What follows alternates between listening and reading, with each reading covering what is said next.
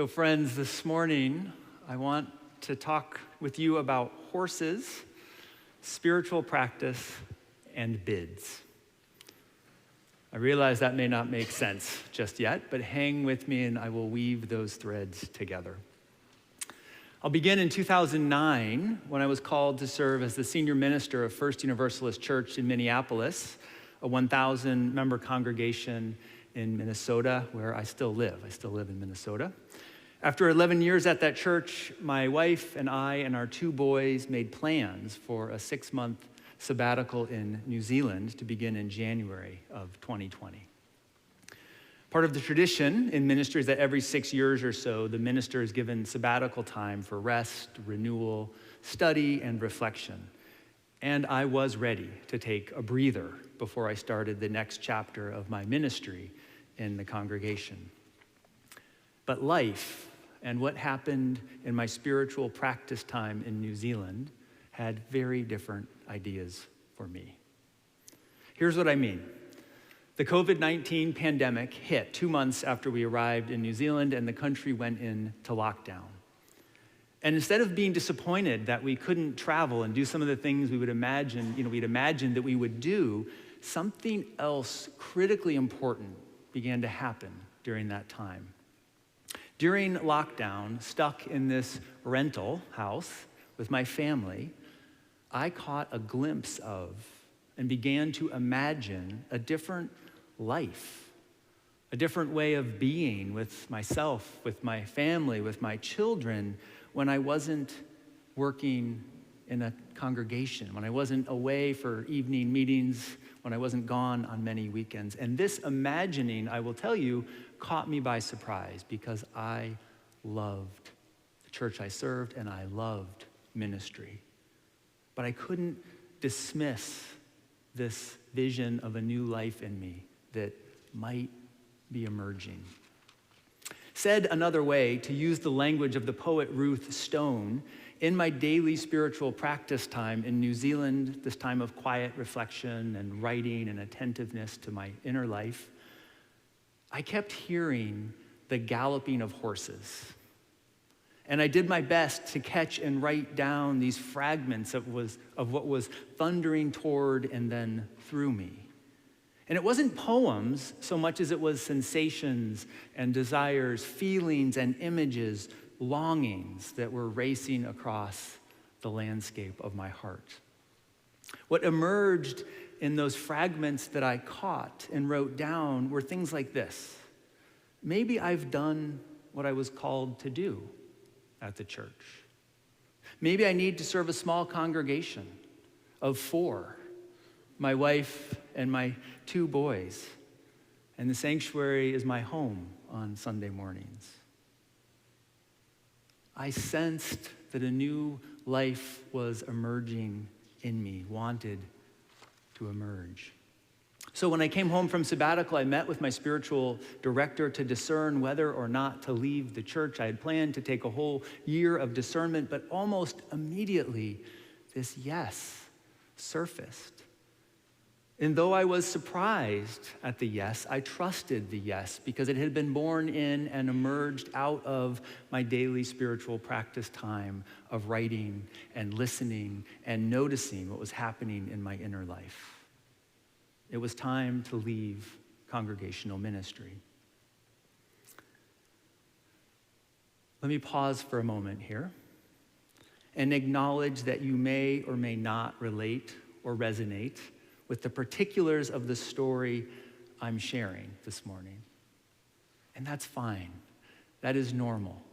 And the story has nothing to do with Daniel and his call and his commitment and connection to this congregation. This is simply my experience that I'm sharing with you. So you don't have to resonate or connect with the particulars. You're not ministers, you didn't have a sabbatical, all those things. But what I hope you are resonating with this morning, what I hope is landing in your heart, is the idea that without some kind of spiritual practice, without some way to hold space for yourself, to tap into your own deepest knowing, to notice and to name what is wanting to be born in your life, to catch pieces of the poems or the images from the horses thundering toward and then through you.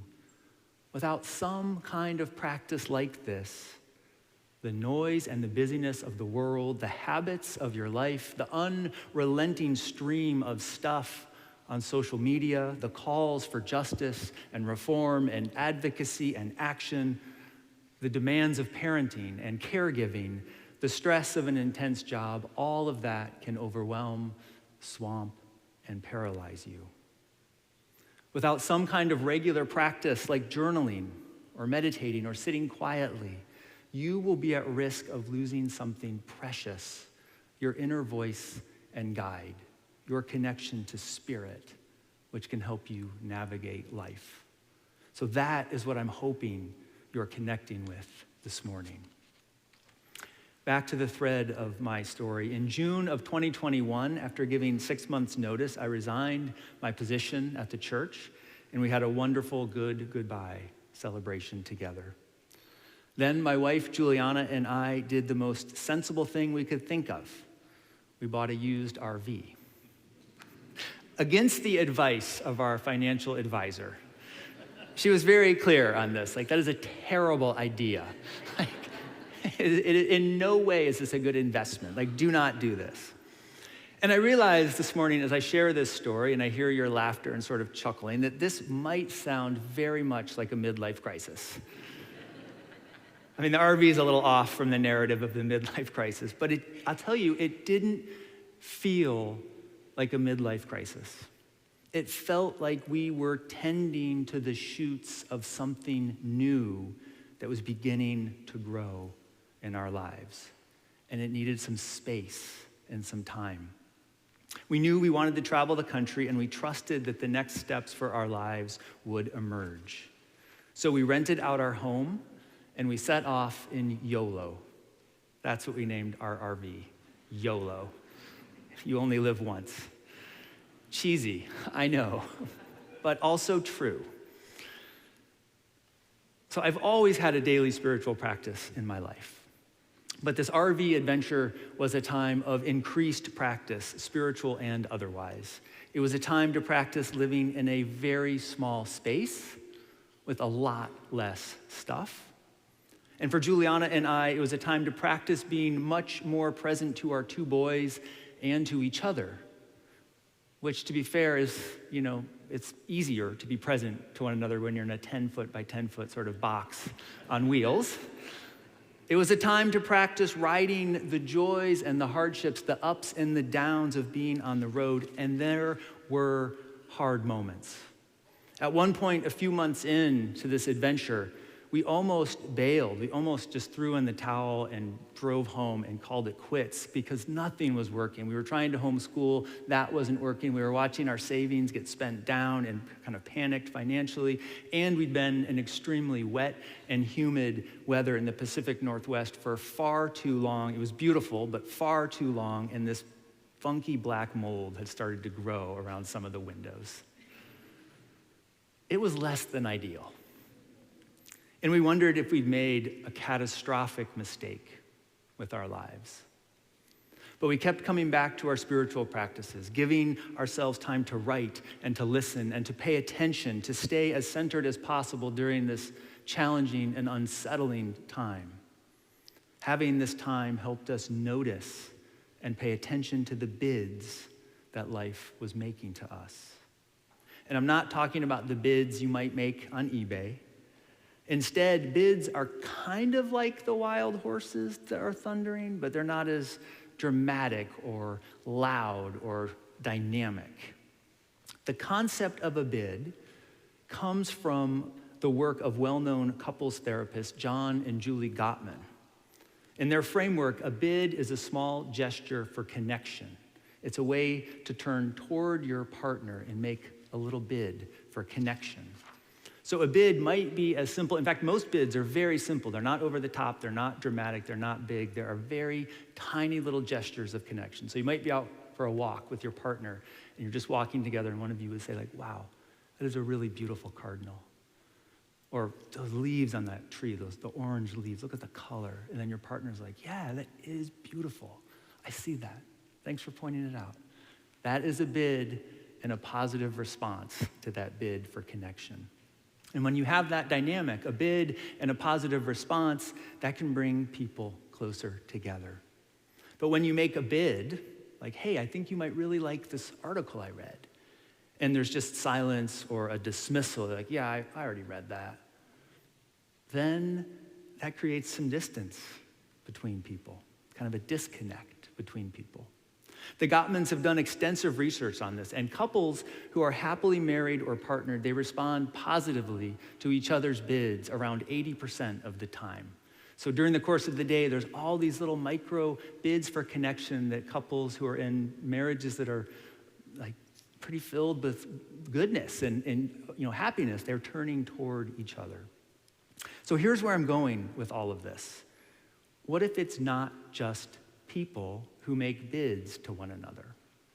What if life itself is constantly making bids to us, inviting us into deeper relationship, inviting us to pay attention to the places of joy and aliveness around us, inviting us to connect with grief when that is there, inviting us to connect with creation itself? While we were on the road, we learned that if we made space, most often this was in our spiritual practice time, if we made space to pay attention to the bids that life was making to us, a bid to meet up with other RV families, or a bid to let go of our itinerary and see what magic might happen if we just scrapped our plans, or a bid to stay a few more days in a particular campsite because the creek captured the heart of our 7-year-old. And then we responded positively to the bids that life was making. We learned we were probably on the right path, even if it was a very different path than we'd imagined for ourselves. While we were on the road, it was these practices that helped anchor us, allowing us to trust what was unfolding. In the summer of 2022, after a year on the road, we returned to Minneapolis, in large part because of the desperate pleas of our then 13-year-old, who was ready to spend just a little less time with his parents. He was very clear on this. He's like, we need to go home. We're ready to go home. So we settled back into Minneapolis, and Juliana and I spent the fall reflecting on what we had learned, what we had experienced, what had been alive in us, what was stirring inside. And we realized that together we were feeling called to start a practice called holding space for change, to work with individuals and groups who were in the middle of big life transitions. We knew something about big life transitions, and we wanted to accompany people who were in a similar place. So this past March, we launched our practice, offering individual therapy, spiritual direction, groups for people in transition, whether that transition is divorce or a career change or retirement, a change in one's identity, or something else entirely. And at the heart of my journey to this new expression of ministry, that's what this practice is. It's ministry for me. And at the heart of my life have been these spiritual practices. So let me take a few steps back just from all of this right now to very clearly say that this morning I am not advocating that you leave your job or you take your kids out of school, although maybe why are you yours? Be like, yeah, let's have a year out of school. Or that you buy an RV or a boat, or that you sell your house, or you become, an alpaca farmer, or whatever sort of dream, some wild dream you have. I'm saying use your discernment and some good practices here. I'm not suggesting you do something wild. What I am suggesting is that no matter how your life is going right now, whether it's great or midland or just not great at all, that you create or deepen a space where you can pay attention to and capture pieces of the wild horses that come thundering toward and through you, where you can listen deeply for the bids that life is making to you. Slowing down And carving out this space matters, friends, because life is constantly and always making bids to connect with us. And a spiritual practice increases the odds that you'll notice and respond positively to those bids, which is what life wants.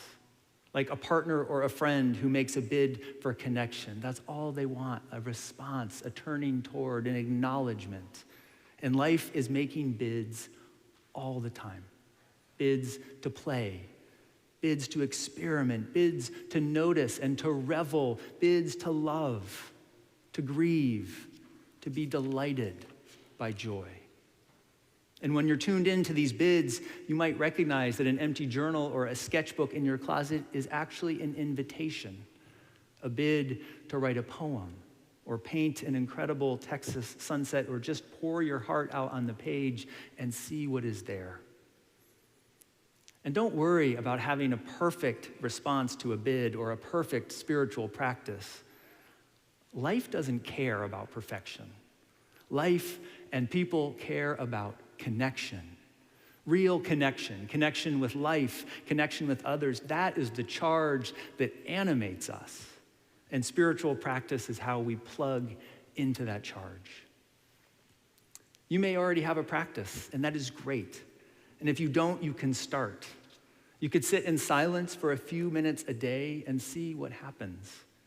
You could go for a walk, unplugged, and listen to the symphony of the world around you. You could ignore your cell phone for some vast amount of time, like an hour. And just let yourself doodle and write and be in this more contemplative space.